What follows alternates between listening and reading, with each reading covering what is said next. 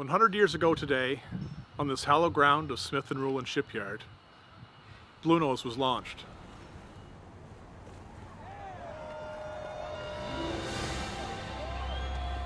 From William Ruey's plans sprung a legend that was to carry the hopes and dreams of all of Nova Scotia.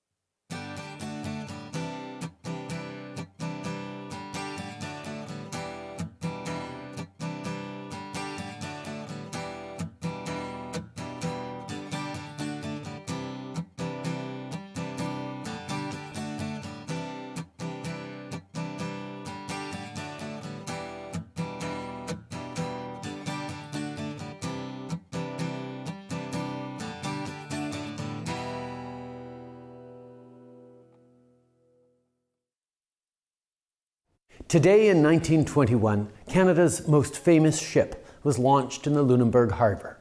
Named after the people of Nova Scotia, the Bluenose is a symbol of hard work and perseverance. And 100 years later, at a time when we must work together to defeat a global pandemic, it reminds us that we too can chart a course for greatness in the face of our own storm. I know this year has been challenging for everyone. Et pour ceux qui dépendent de nos océans pour faire des affaires et nourrir leurs familles, la COVID-19 a présenté des défis uniques. Voilà pourquoi notre gouvernement travaille fort pour aider tout le monde à traverser cette période difficile. Et on va continuer de faire tout ce qu'il faut, aussi longtemps qu'il le faut, pour assurer votre sécurité et votre soutien. As we build back better, we will use the power of our oceans and waterways to strengthen our economy, create jobs, grow the middle class, and fight climate change. I can't think of a better way to honor the Bluenose. So today, as we celebrate the Queen of the North Atlantic, let's also take lessons from its past so we can build a better future. Stay safe and healthy, everyone. Merci.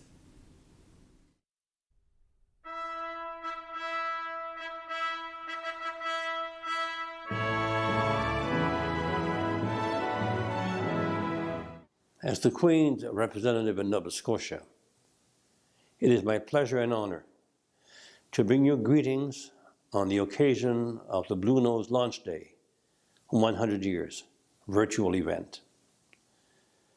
À titre de représentant de la Reine en Nouvelle-Écosse, c'est avec grand plaisir et honneur que je vous transmets mes salutations à l'occasion du jour de la mise à l'eau du Bluenose, une célébration virtuelle du 100e anniversaire. On March 26, 1921, the fishing schooner Bluenose was launched. The owners, builders, and operators likely had no idea at the time of the launch that this vessel would become a racing champion for over 2 decades, and that the Bluenose would become an enduring Canadian symbol. The Bluenose and what it represents has particular meaning for me and my family. Both of my great-grandfathers served aboard vessels, one as captain of a 4-masted brigantine called the Dominique, which sailed from Nova Scotia to the Caribbean, was lost in 1887 off of Puerto Rico, while my other great-grandfather, John Remy King, served as second officer aboard the SS Florizel and lost his life when it sank off the coast of Newfoundland in 1918. King had earlier declined appointment as captain of the ship, insisting it was a job for a younger man. They, like all those who ply the oceans for their living, knew of the constant dangers. Similarly, they were also enthusiastically aware of the joys of being on the water and away from the land. I am sure this was the case for the Bluenose Captain Angus Walters and her crew. The Bluenose and its successor, the Bluenose II, have become defining symbols of Nova Scotia and indeed Canada. Over the years, these vessels became important sailing ambassadors for our province and country, as was the case during the G7 summit that was held in Halifax in June 1995. Such was the importance of the Bluenose and what it represented that its image was placed on the 10-cent coin, the dime, in 1937, and has remained there ever since and is familiar to all Canadians. I am sure you will agree that seeing the Bluenose II in full sail and knowing that it is represented on our currency is a thrilling sight and experience. Before I conclude, let me commend and thank the organizers, volunteers, and sponsors of the Bluenose Launch Day 100 years. Your dedication to preserving the memory of the Bluenose is greatly appreciated. En ce 100e anniversaire de la mise à l'eau du Bluenose, célébrons ce que cette célèbre goélette en est venue à symboliser pour les gens de la Nouvelle-Écosse et du Canada. Nous souhaitons aussi bon vent, bonne mer au Bluenose II, alors qu'elle poursuit son important travail lié à la représentation de la Nouvelle-Écosse et du Canada. On this 100th anniversary of the launch of the Bluenose, let us celebrate what this famous schooner has become to Nova Scotians and Canadians. We also wish fair winds and following seas to the Bluenose II as it continues its important work of representing Nova Scotia and Canada.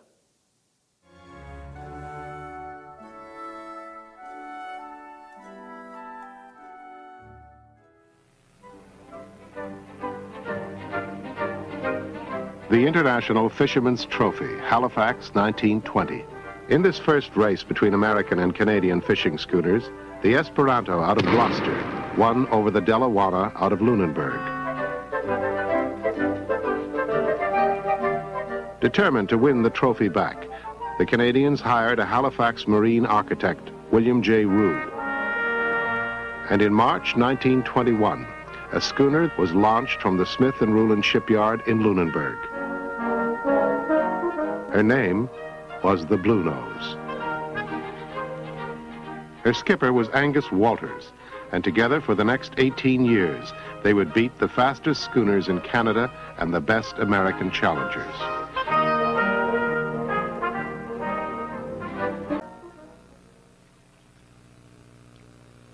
In 1942, despite Angus Walters' frantic efforts to raise money, the Bluenose was sold to the West Indies Trading Company to haul freight. In January 1946, shorn of mast and sails, laden with bananas and rum, she struck a reef off the coast of Haiti and sank.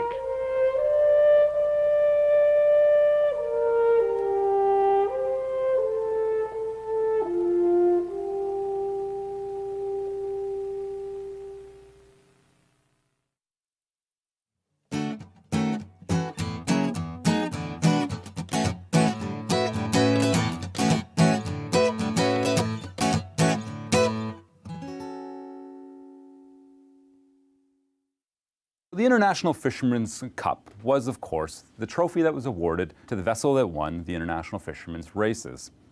And as you can see on this cup, there's only 2 vessels listed. The first, in 1920, was Esperanto from Gloucester.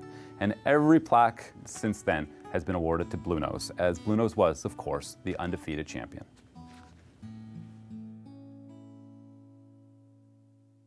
The Fisherman's Cup began as a reaction to a final race of an America's Cup yachting series in 1920. The competitors of it was Shamrock 4 and Resolute were like the boats are today. They were just finely tuned race machines, just built for speed. And the wind was too strong, and they feared damaging their vessels for that day. So tails between their legs, they went up behind Sandy Hook and dropped the hook and waited for another day.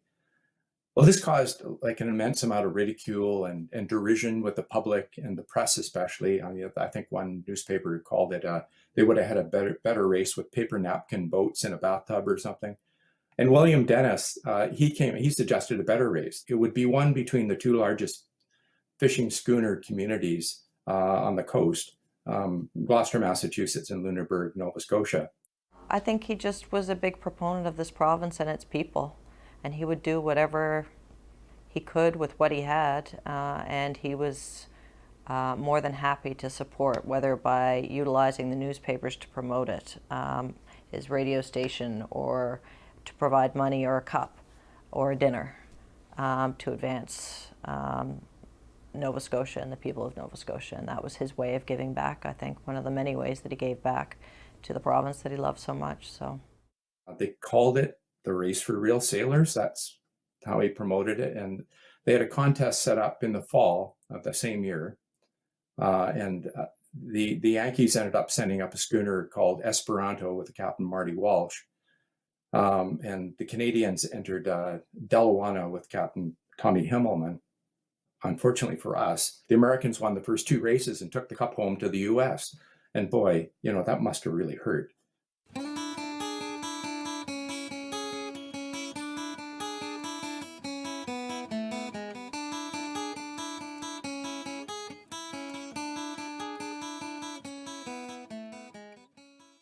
it went astray in the US at one point in Gloucester and turned up wrapped in a blanket at a, I think in a, I don't know what they would have called it in those days, a home for abandoned children with a little note, but I think it was a bit of a prank.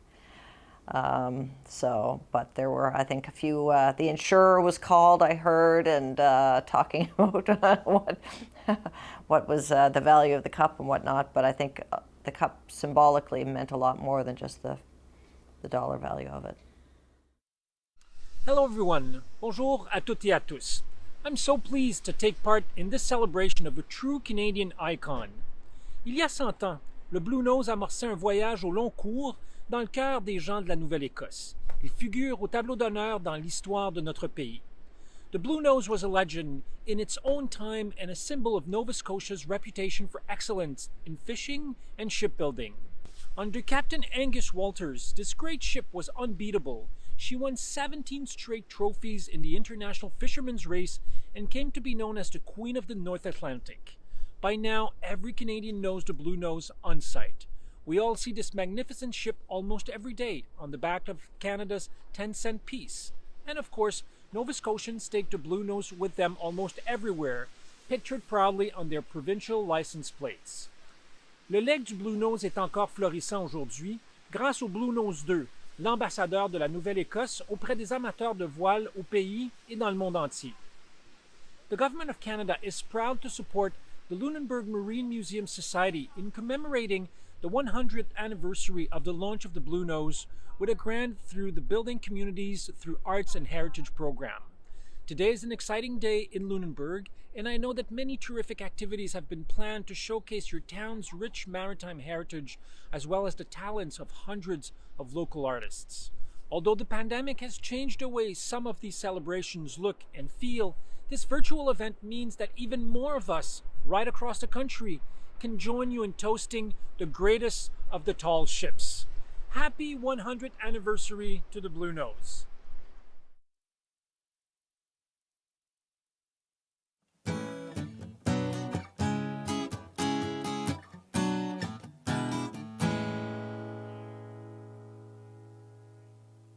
as a child when he went to school.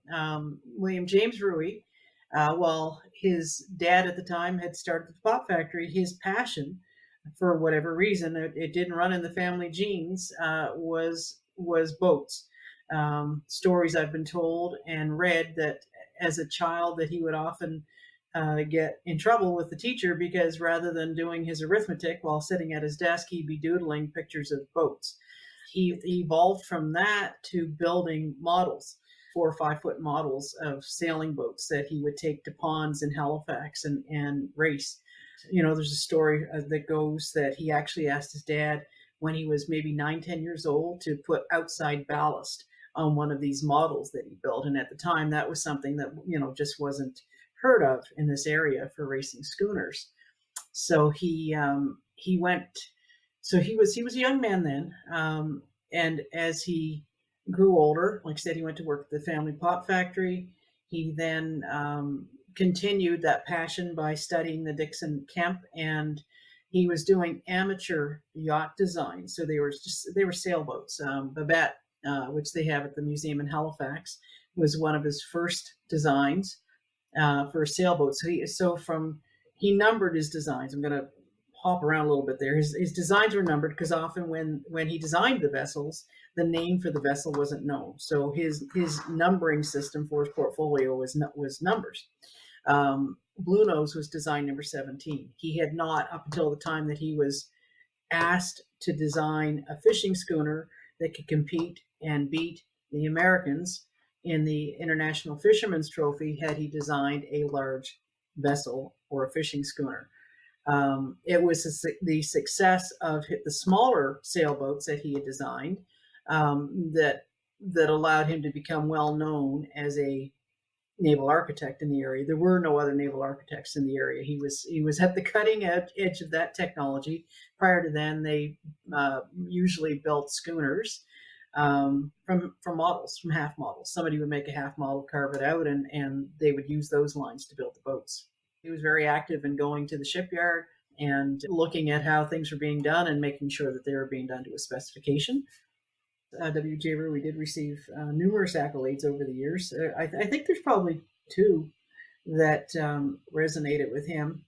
And I'm going to say the top of the list would have been a gold watch that he was presented from the town of Dartmouth, then the town of Dartmouth, in December of 1921, after Bluenose won the first International Fisherman's Trophy. He was proud citizen of Dartmouth, so and I know that resonated and meant a tremendous amount to him. That gold watch was actually passed down through the family. He made sure that it stayed in the family, and it's now at the Canadian Museum of History in Ottawa as part of the Beyond Bluenose exhibit for W.J. Ruey. And I think the other one would have been an award that he received from the Armadale Yacht Club. He was a lifetime member, former Commodore. While he accepted the awards graciously, he was very humble. The Bluenose story, as I said, when you tell it, William J. Ruey is certainly an integral part of that story, but he's only a part of that story. And I say that with all due respect to him and to the rest of the team that made Bluenose what she was. He was one cog on the wheel. There was Captain Angus Walters. There were the shipbuilders. There were the men that sailed the vessel. It was the perfect storm, no pun intended, but everything came together perfectly for that vessel. The design absolutely had something to do with it, but if it hadn't had competent shipbuilders or, really, really great sailors or the best captain that was on the seas at the time, it would have been just another schooner. The Royal Canadian Mint is delighted to join the province of Nova Scotia and all Canadians in celebrating the 100th anniversary of Bluenose. Au nom de tous les employés de la Monnaie royale canadienne, je suis ravie de me joindre à vous, la province de la Nouvelle-Écosse et tout le reste du Canada pour célébrer le 100e anniversaire de Bluenose. Bluenose is one of our most beloved national symbols. What started as the pride of Lunenburg, Nova Scotia, rapidly sailed into the hearts and minds of Canadians as the fastest and most graceful fishing schooner the world has ever seen.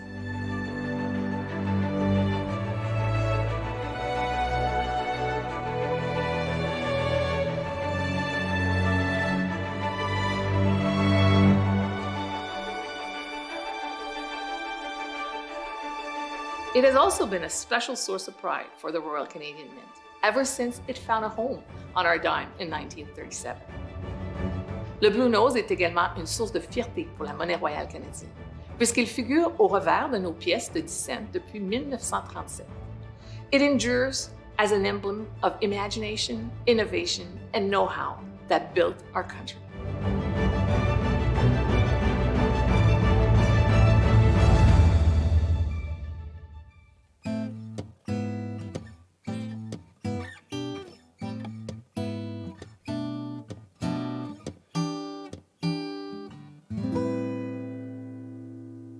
Before you could even start building a ship, you needed the shipyard, you needed the shipwrights, you needed people to run the forges, you needed sailmakers, you needed riggers. There's a whole industry surrounding the building of a ship.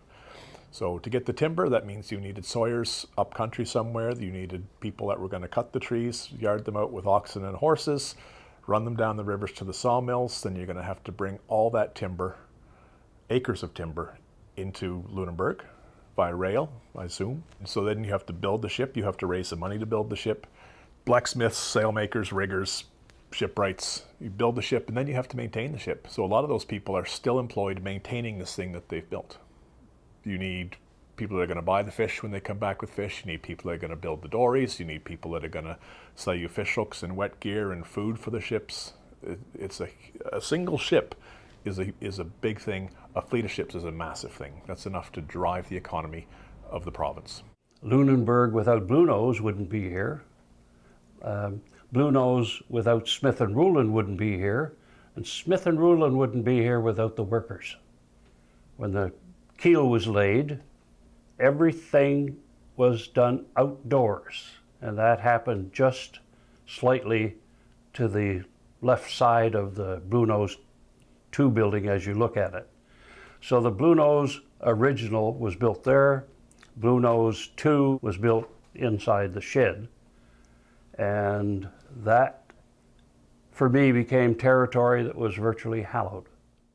I have a whole trunk of all tools that were used on the Bluenose and the Bluenose 2. They're all wooden ones, right? The old style. It's really neat. And the instrument mostly used was called an adze, A-D-Z-E. They'd take the adze, and there'd be 3 or 4 guys, and they'd be chopping around and rounding it off for the ribs and for the masts and things like that. But the adze was a key component of making the mast for the Bluenose, and not only that, Marjorie and Dorothy and all these other, Caroline Rose and whatever, all those other ships of the same era as the Bluenose.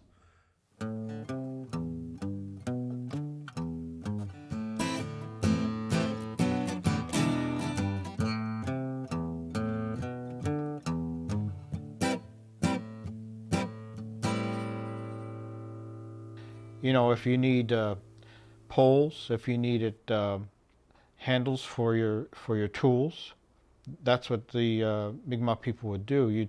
If you need a pick handle or an axe handle, or that's what our ancestors did, and they were good at it. And people would go and not so much give money. Sometimes you just trade. You know, you might trade for eggs, butter, milk, pork, things like that. Because a lot of times great-grandfather didn't get money.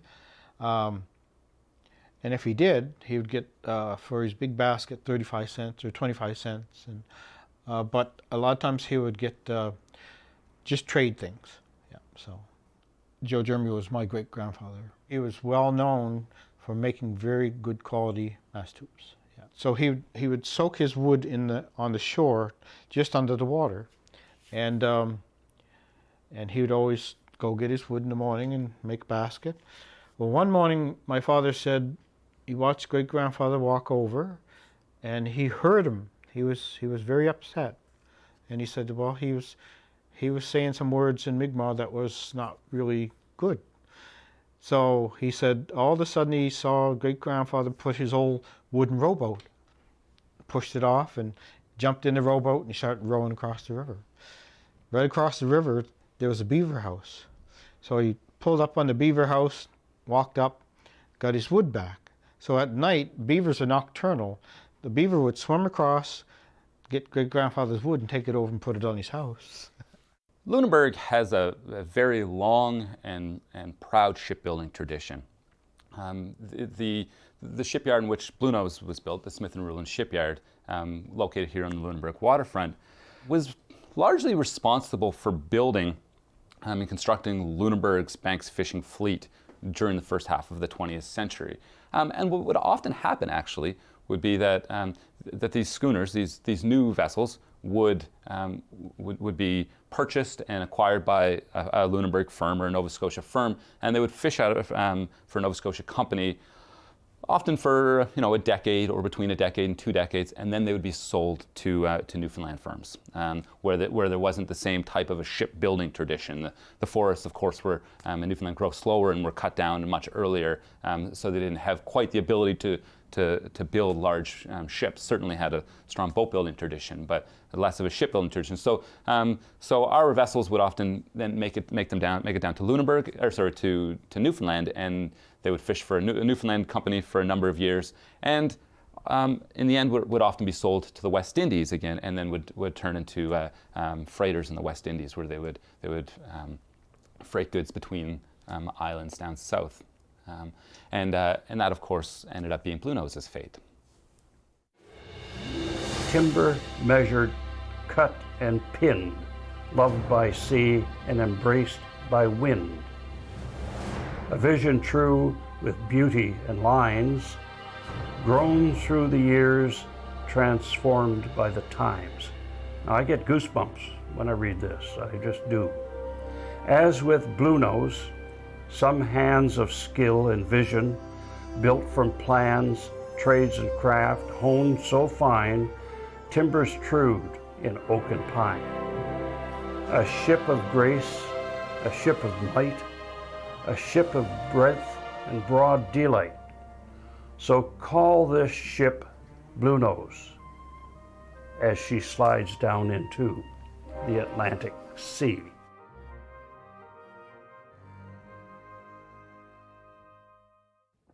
It's my pleasure to join you today as we commemorate a national icon. 100 years ago, the Bluenose set sail right here in Lunenburg, Nova Scotia, from the famed Smith & Rowland shipyard. The original Bluenose was a one-of-a-kind fishing and racing schooner, and she had a long and vibrant life. She reached many corners of the globe, astonishing everyone with her presence. With Lunenburg's own Captain Angus Walters at the helm, Bluenose would defeat all competitors on the racing circuit for 17 years. As a global sailing ambassador, Bluenose, too, continues to be a symbol of Canadian pride, representing Nova Scotia's shipbuilding heritage and our province's vital fishing and marine industries. It's a tourism and economic driver here on the South Shore, providing unique employment opportunities for Canadian youth interested in experiencing and learning the ropes of traditional sailing. Today, Bluenose, too, is marveled at by visitors from all over Canada and around the world, who come to bask in her beauty and her rich heritage. I want to thank the Bluenose 100 Committee for bringing us together to mark this centennial, celebrating and helping to ensure that the legend of the Bluenose continues to remain alive for future generations.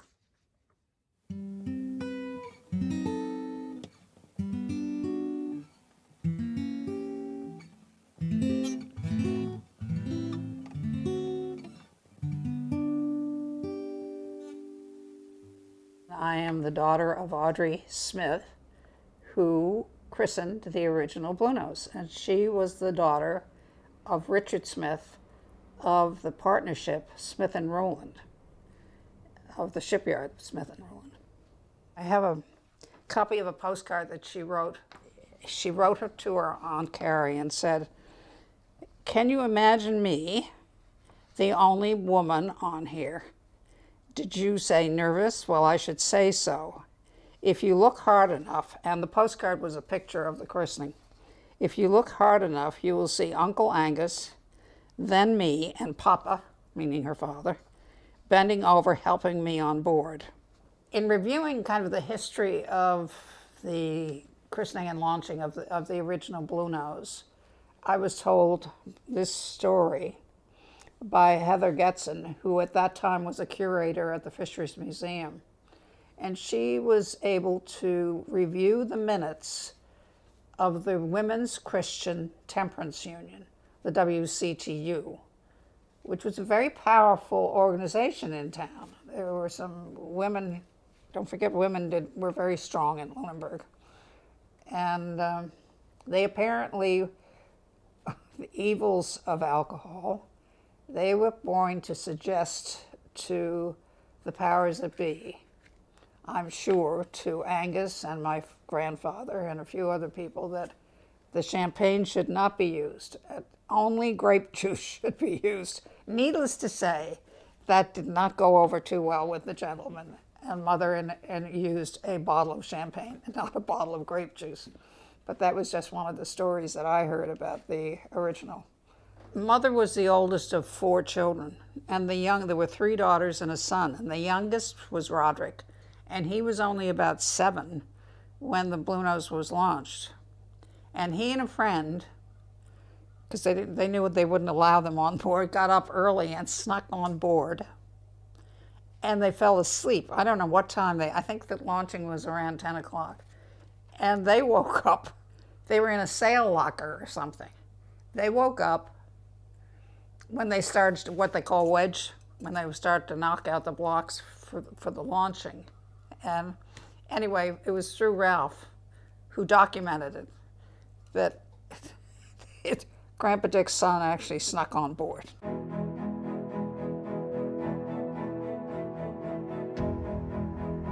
Hello, everyone. As the Minister of Communities, Culture and Heritage and the MLA for Lunenburg, it is such an honor to join you in celebrating the pride of Lunenburg, Nova Scotia, Bluenose, the most famous ship in Canadian history. Bluenose was in a league of its own, both as a racing and fishing vessel. Canadians have carried it in their pocket for decades. It's the image immortalized on the Canadian dime.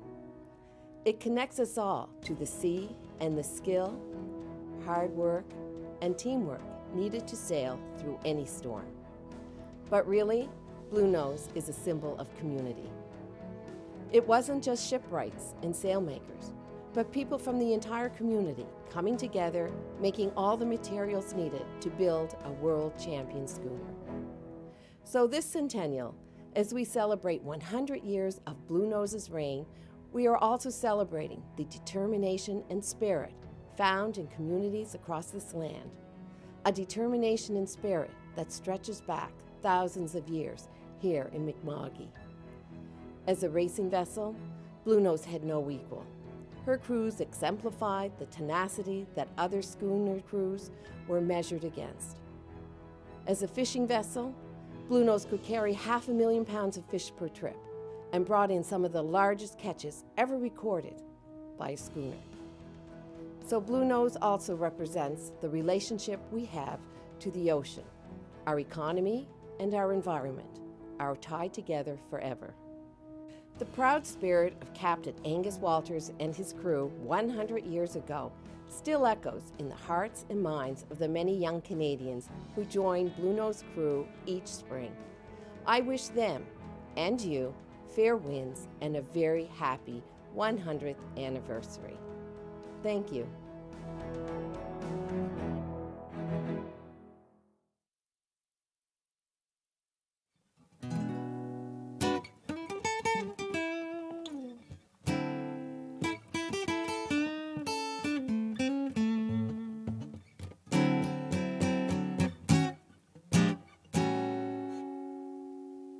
The old timers told me, and I was blessed enough to meet some of them, they had great times on the fishing schooners. They really did. But you talk to them for a while, and after that, they would tell you, we just didn't know any better. And that's true for a lot of Nova Scotia and Canada at the time in the 20s and 30s. You know, staying ashore was no picnic either. Running a farm was no picnic. Drying fish was no picnic. Raising the kids without a husband was no picnic. I think life everywhere was hard that time. I think it was particularly hard on the Grand Banks in a powerless fishing schooner. But I think everywhere life was hard, and you just did what you did to get by. During the heyday of the fisheries, the banks were swarming with fishing schooners. I've never heard or seen an actual figure for how many vessels were out there at one given time, but there were surely hundreds, if not thousands, of vessels that fished on the banks at any point in time during these heyday years. And these vessels, they came from across northeastern North America, from the maritime provinces, as well as from the northern part of New England and other parts of the United States. And they also came over from Europe, particularly from countries like Portugal and France. A lot of people don't necessarily realize that these fishermen weren't actually fishing off the sides of these schooners. Instead, they were launching smaller vessels known as dories, and particularly the bank dory, which was a 15-foot dory. And two men would work in this smaller dory, fishing all around the vessel. There were two ways in which dories could be unloaded. One was referred to as a flying set, and that was when dories were towed behind a schooner and would let go basically at various points, generally about a half a kilometer distance from one another, and cover the fishing grounds that way. And that meant that you had a far stretch of the grounds that could be fished on, rather than being limited to just the confines of where the vessel was. The other method was for the schooner to anchor and for the dories to be unloaded and then span out in every direction. And again, the idea was to cover as much fishing ground as possible. So in the world of the schooner fishery, the cod was king. Cod was the choice fish that pretty well all crews went after. There were, of course, various trips when a schooner may go halibutting, for example. But generally speaking, cod was the main choice. Bluenose was built as a salt cod fishing vessel, and that's a process in which the fish is all preserved in salt. However, in 1936, she did have 2 diesel engines installed into her second fish hold, and that enabled Bluenose to engage in fresh fishing as well. There's one story I can tell you from a Lunenburg County vessel, and it just sort of sums up what life could be like on these vessels and some of the conditions in which they work. So there was one morning where the fog was some thick, and it was just greasy all around. And the boys were standing out around the deck waiting for the old man to come out, and they were wondering, were they gonna get a day off? Was this gonna be a rare day to maybe go down and play some cards or read a book, that sort of thing? But eventually, out comes the captain out of the wheel. He opens the wheelhouse door, and with his little dog Bozo, and he hollers, "Bait up, boys!" And he looks down at Bozo and he says, "Now you get back inside. It's not fit for a dog out here." Lunenburg managed to become somewhat self-sufficient in the fishery, and what I mean by that is, vessels were built in Lunenburg, outfitted in Lunenburg. The food was grown in Lunenburg County. The crews came from Lunenburg County.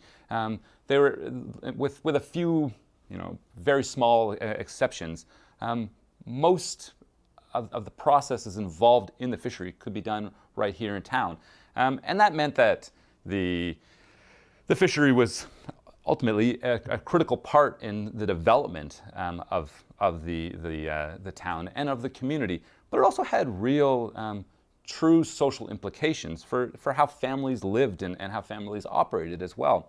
Women were responsible for managing a family's entire affairs. They ran farms while also raising families, and as men were absent for long periods of the year. Bluenose, for example, fished out of Zwicker & Co. And Zwicker & Co., which is located here on the Lunenburg waterfront, outfitted Bluenose and then would take on Bluenose's catch once Bluenose would return to port. The fish would then be typically handed over to one of Lunenburg's many fish makers, which were basically individuals and small companies that would manage flake yards. So these are the drying platforms that the salt cod would be laid out to dry, and they would be responsible for drying the cod and turning it over regularly throughout the day to ensure that it dried properly, and generally caring for it throughout the curing process, at which point it would be taken over again by one of the local firms and often exported elsewhere. Down south to the West Indies was a major market for Lunenburg salt cod. Hello, I'm Mayor Matt Risser of the town of Lunenburg, the home port of the Bluenose. When she was built 100 years ago, the Bluenose showcased the best of Lunenburg's seafaring economy in shipbuilding and the fishery. She was built at the Smith & Rulin shipyard, which is still on our working waterfront today. She was built quickly too, in just 4 months, so she could join the Grand Bank season as a working fishing schooner. With her eligibility secure for the 1921 International Fisherman's Cup, her racing legend began. Let's think back to 1921 for a moment. The world was just a few short years past World War I. The disastrous influenza pandemic of 1918 to 1920 had just ended. We now know better than ever what that must have felt like. Bluenose's success in the racing world was a much-needed shot in the arm. The nicknamed Queen of the North Atlantic brought a sense of pride and community to Lunenburg, to Nova Scotia, and to Canada. There's a reason she's the most famous sailing ship in Canadian history. Bluenose is featured on stamps, coins, artworks, and in songs. Her inspiring legacy is everywhere in this town. The replica Bluenose 2 was built here in Lunenburg as well, at the same shipyard. Our public school is Bluenose Academy, our waterfront is skirted by Bluenose Drive, and numerous businesses and associations in town bear the Bluenose name. Going out for a sail on the Bluenose 2 is an uplifting experience that we share with visitors to this day. It's heartwarming for us to be able to share 100 years of this storied legacy, and we look forward to many, many more.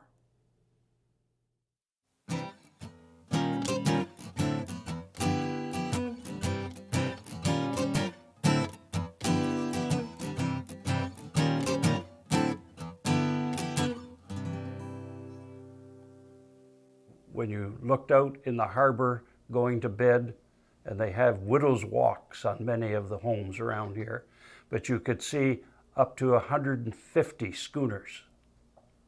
And at 8 o'clock in the morning, there was not a ship in the harbor. They'd all gone. So the people that took those ships to the Grand Banks are in equal favor as the people that built the ships for them to go to the banks in. In the spring of 1926, Bluenose was fishing off the coast of Sable Island when she was caught in a great storm. Fearing for their lives, Captain Angus Walters lashed himself to the wheel for over 8 hours and successfully rode out the storm, saving the lives of himself, his crew, and as well as saving the vessel. When the storm had finally settled, crew members Clem Hiltz and Maurice Slonis were tasked with shoveling off the sand from the deck of Bluenose that had accumulated from Sable Island. Seeing this as a remarkable experience, Slonis grabbed this small medicine bottle, filled it with sand, and took it home as a memento of their harrowing experience. Angus, of course, he was getting up in age when I remember him, but there are a couple of things that I remember about him because, once you get to be 16 and can drive the car and a few things like that, my mother often would run out of milk and he was running the dairy. So she'd send me down to the dairy to get milk, and I would always have to go knock on the back door, and Angus was usually in his kitchen sitting in a rocking chair. This is my memory of him. And he kind of scared me. He was quite short, small in stature, but he kind of didn't suffer fools easily. And he was kind of grumpy, I thought, at that young age, a little taciturn, but always pleasant enough. But that's my primary memory. And another memory, he came to my wedding. And I always remember my husband at that time shaking hands with him and thinking he had one of the largest hands he'd ever, and strongest hands he'd ever shaken. People often ask me, would Bluenose 2 beat the Bluenose in a race? And I always say, absolutely not, because those guys would have sailed the pants off us. So I look at Captain Angus and the crew and the people that sailed with him. They're like the Tiger Woods of sailors, and that they grew up at the kitchen table listening to their fathers and their uncles and their cousins tell stories about sailing. From tiny kids, they would learn the terminology. When the boats come in, they would go down and hang around on the boats. You know, there'd be waterfront wharf rats. And this stuff was ingrained in them for generations. So they knew what it was, they knew how it worked, and then they would go as young boys, like 12 and 13 years old, you're going out to the Grand Banks as a throater. You know, that's incredible. So you have a chance to build up these skills and build up these skills. So by the time you become a racing crew for Captain Angus Walters, you're a pretty smart guy when it comes to this stuff. You've seen a lot, you've seen stuff break, you've seen stuff need 2 inches of adjustment, and it just feels better. And these guys were, all of them, all of the fishing schooner guys were good at what they did. You had to be. Otherwise you didn't go or you didn't come back.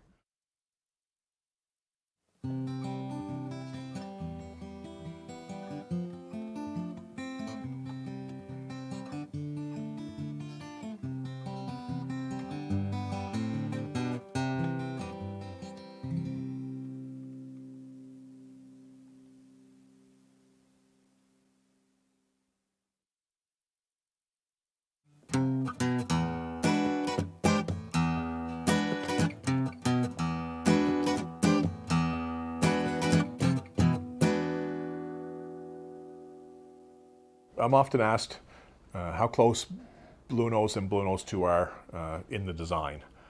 To the best of my knowledge, and I'm not a naval architect, same length, same height, just about the same draft. I think we're a foot deeper.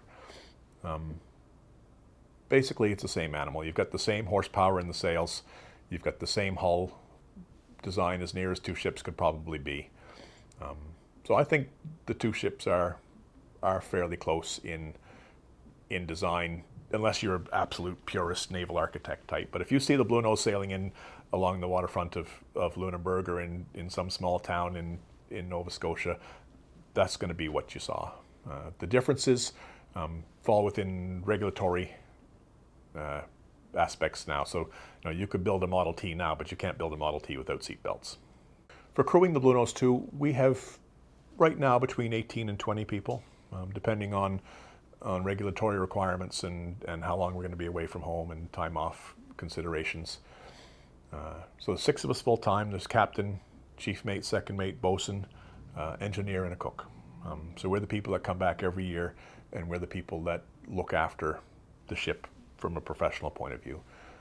The young people that we have are principally from Nova Scotia. 80% of them are from Nova Scotia. And they, most of the time, do not have any sail experience whatsoever. So this is new to them. We have to teach them what the wheel is, what a head is, what the galley is. They have to teach them the whole new terminology. We have to put the ship together, and then we have to teach them how to sail it. That's a neat thing. And you look at the original Bluenose would have had 26 people on board. So she had a dozen dories, 2 people to a dory, and then, captain, cook, throater, a couple of people left on the ship. Today we're sailing the ship consistently shorthanded. And then if you look at the fact that we're taking young people on board that have no sailing experience, we're sailing it short-knowledged as well. So again, if you reflect back on how Captain Angus sailed the boat versus how I sailed the boat, you're looking at a whole different skill set on the ship. And including me, that, if you look at what Captain Angus's skill set was, having an unpowered schooner on the Grand Banks and trying to tuck a reef in versus me tucking a reef in because I've got a good forecast and then motoring out into the harbor. So my skill set is less than theirs, and that's something that I reflect on often.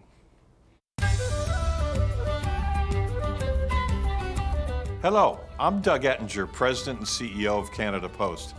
I'm proud that I was born and raised in Nova Scotia. This legendary schooner captured the world's imagination a century ago, and indeed my own as a young boy learning about it in school. I'm also proud of the long relationship Canada Post has had with the Bluenose, those whose lives were forever tied to the Bluenose, like Captain Angus Walters in 1988, whose grandson I went to school with in Nova Scotia. There's 2 people to a dory, and then, captain, cook, throater, a couple of people left on the ship. Today we're sailing the ship consistently shorthanded. And then if you look at the fact that we're taking young people on board that have no sailing experience, we're sailing it short-knowledged as well. So again, if you reflect back on how Captain Angus sailed the boat versus how I sailed the boat, you're looking at a whole different skill set on the ship. And including me, that, you know, if you look at what Captain Angus's skill set was, you know, having an unpowered schooner on the Grand Banks and trying to tuck a reef in versus me tucking a reef in because I've got a good forecast and then motoring out into the harbor. So my skill set is less than theirs, and that's something that I reflect on often. Hello, I'm Doug Ettinger, President and CEO of Canada Post. I'm proud that I was born and raised in Nova Scotia. This legendary schooner captured the world's imagination a century ago, and indeed my own as a young boy learning about it in school. I'm also proud of the long relationship Canada Post has had with the Bluenose. On January 8th, 1929, we released our first Bluenose stamp. Generations of collectors continue to call it one of the most beautiful stamps ever produced in this country.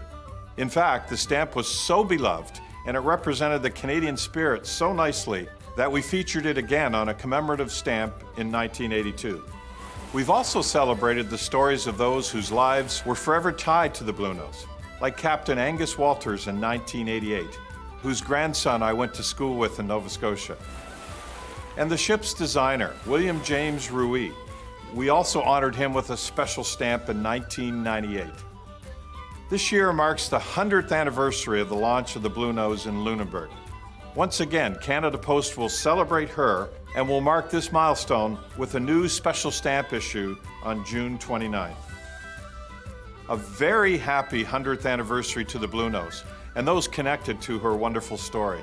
We can't wait to share our new stamps with you and Canadians all across this country. Thank you and stay safe.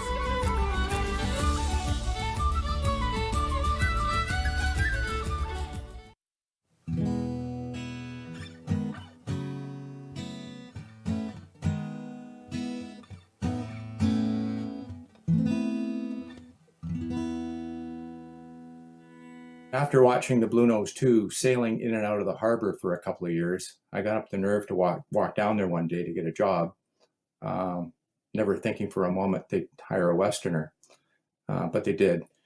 And it ended up being a really important part of my sea career. At the time, you know, the coverage, you know, in the 1920s and 30s when the races went on, the coverage was huge. It was a very, very big deal. And they used their best writers and photographers to do reportage on these events. Lunenburg and Gloucester. These are the two towns, the two schooners that are going to race, and it's it's national pride, it's New England, Nova Scotia pride, and it's family pride at that as well. That relationship, sort of friendly rivalry, still exists today. It's manifested now through the dory races and the International Dory Association. But the American dory racers are not scared to come up alongside the Bluenose and the Bluenose 2 and tell us why their boat was better. Even today, 100 years later, they will sit there and tell you why the Gertrude Thibault should have won the race, or maybe the Columbia won the race, and that's fantastic. How good is that?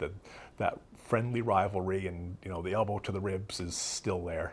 I love taking the crew down and exposing them to that incredible Gloucester history, Essex and the shipbuilding, and then it really solidifies sort of what the story is about for them, and how great for Gloucester to have a Bluenose in town. Ladies and gentlemen, I will endeavor to describe the feeling on this ship. The American ship is just trailing the Bluenose. Angus should never have agreed to this last race. She's too old. Eddie!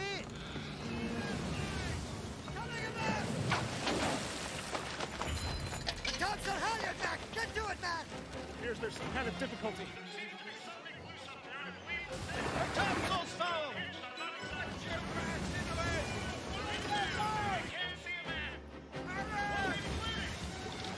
Just once more, old girl, and you can rest.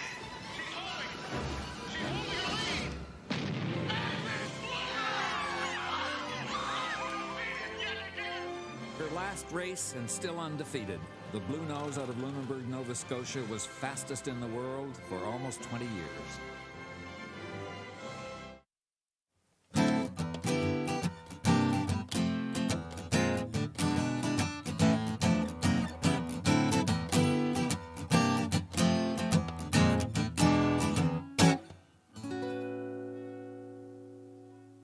Well, I'm quite sure the legacy comes from the fact of the people that built it, and the people that sailed it, and the people that fished it, and the people that raced it. Because she operated in all of those areas and with undeniable success. And she's a beautiful ship to look at. Once they had the 75th anniversary and they had the wonderful event at the museum commemorating it, I think she really quite enjoyed it. And so it came just about that same time that they had the 35th anniversary of the building and launching of Bluenose 2. So Mother went, and to get down to the docks at that point, we took her in a wheelchair. She was not too happy to be in a wheelchair, but we didn't want her falling on the rough wharf. And so they had an event right by the Bluenose 2. And they had a birthday cake for the Bluenose. And they asked Mother, as being the oldest woman involved with the original vessel, to cut the cake. And they said they wanted to join her with another lady. And she was the youngest gal crew member of the Bluenose 2 at that time. And this is a picture of her cutting the birthday cake for Bluenose 2. The legacy of the Bluenose is something I think at that time, that period, all Canadians, and especially Nova Scotians and Lunenburgers, felt that was because the Bluenose touched the everyday person. For Canadians, you know, we built the most incredible ship or schooner, you know, in the world. It's incredible the shape of it and how fast it was, and you know, it's amazing that it was done right here, and to have my great-grandfather and my family be connected to the original one in some way is very special. You know, when I build a birch bark canoe, there's a lot of ancestors around me in spirit smiling, and I'm sure today my father would be smiling, and my great-grandfather would be smiling, knowing that that his legacy is being captured and told and passed on. Part of it is the time frame when the story took place. So you're looking post-World War I, just after Vimy Ridge, 4 years after Vimy Ridge. Technology is changing. In the 20s, you're starting to look at, you know, through the Welland Canal, they're taking 400-foot steamships. The age of sail is dying off. Technology is changing very quickly. Part of that's driven by, you know, all these things by military research, and you need bigger and better and faster. But this story of man against the sea, man against man, you know, the races, the fishing, is still echoing with the older people that are struggling with this change. And I think that whole story in that time of change in Canada, when Canada's trying to define itself, is really, the Bluenose struck just at the right time to have this story and to make this story important going forward.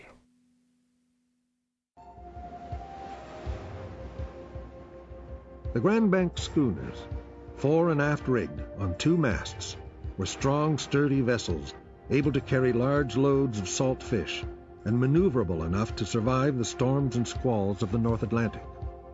These wily captains would race these sleek vessels through all weather to get to market first. Out of this rivalry was born the International Fishermen's Race, an annual event which pitted the fastest of the U.S. schooners against the best of the Canadian fleet. And for 18 years, the race belonged to Bluenose and her beloved captain, Angus Walters. Walter's ability to coax unmatchable speed from the schooner was legendary. Bluenose became a symbol of the heart and soul of her Nova Scotia home, a symbol adopted by the entire nation of Canada. Today, an exact replica of the original, the Bluenose II, sails to remind us of her majestic legend.